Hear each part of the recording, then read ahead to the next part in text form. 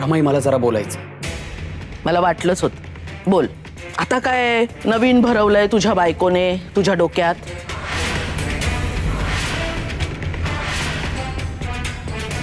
ती सोड रमाई, पण आपण बाबांना शोधायला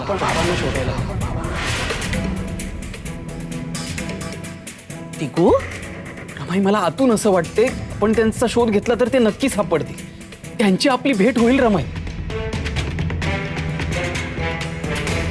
स्वतःचं मत असेल तर ते मांडावं दिगो, पण कुणाच्या बोलण्यात येऊन बोलू नये.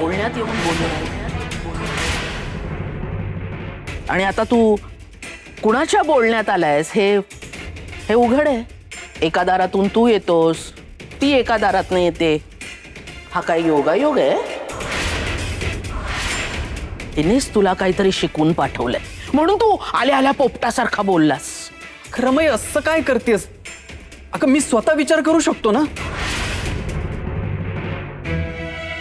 बाबांजींचं म्हणणं तर मला अजिबातच पटलं नव्हतं, पण ते आहूंना कसं सांगायचं हाच विचार करत होते. आणि आहू नेमकं माझ्या मनातलंच बोलले.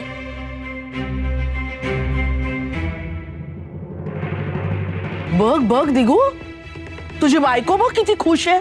तिचा विश्वास नाहीच आहे बाबाजींवर. अरे पण तुझाही नाहीये. बाबाजी खात्रीपूर्वक स्वतः सांगतायत की बाबांना शोधणं कठीण आहे, तरी बरोबर त्यांच्या विरोधात जाऊन कसं काय बोलता रे तुम्ही? नाही रमाई, मी अविश्वास दाखवतच नाहीये. मी फक्त तुला तुझा विश्वास नाहीये ना बाबाजींवर?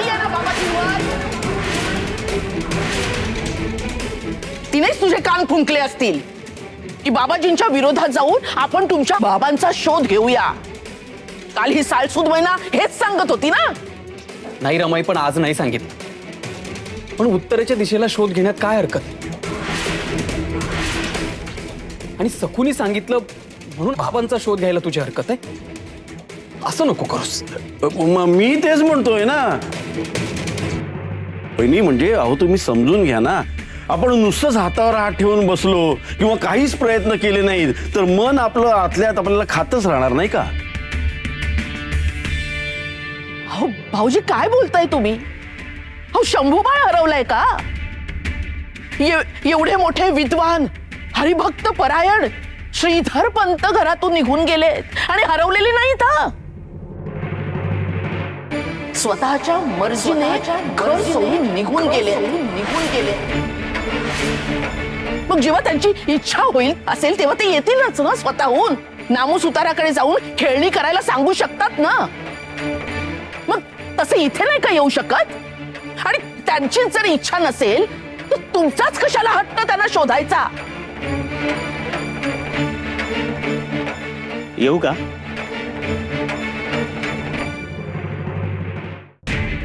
कोण आपण?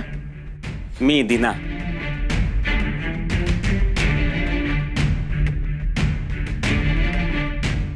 ही अंगठी घेऊन आलोय.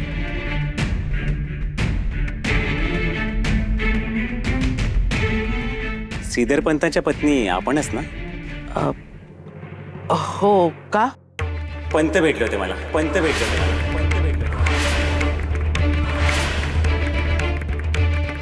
जाताना खून म्हणून ही अंगठी देऊन गेले. ही तुम्हाला देऊन ते हिमालयात शांतीच्या शोधात गेले. हा सांगावा तुम्हाला द्यायला सांगून गेलेत. ओळखीची खून म्हणून ही अंगठी दिली होती. कधी घडलं हे सगळं? साधारण 6-7 महिने होऊन गेलेत.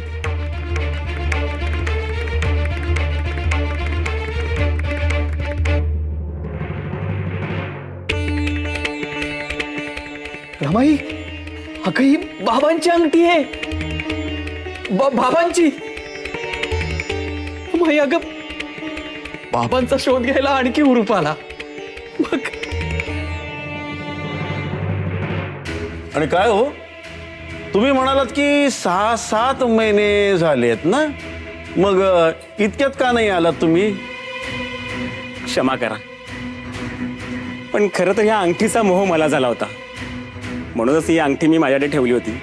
पण तुम्हाला खरं सांगतोय, ज्या दिवशी वाईट विचारांनी ही अंगठी मी माझ्याकडे ठेवली ना, त्या दिवसापासून घराची शांतताच नाहीशी झाली. एकावर एक वाईट प्रसंग यायला लागले. मी खूप घाबरलो होतो. पण शेवटी मी बाबाजींना शरण गेलो.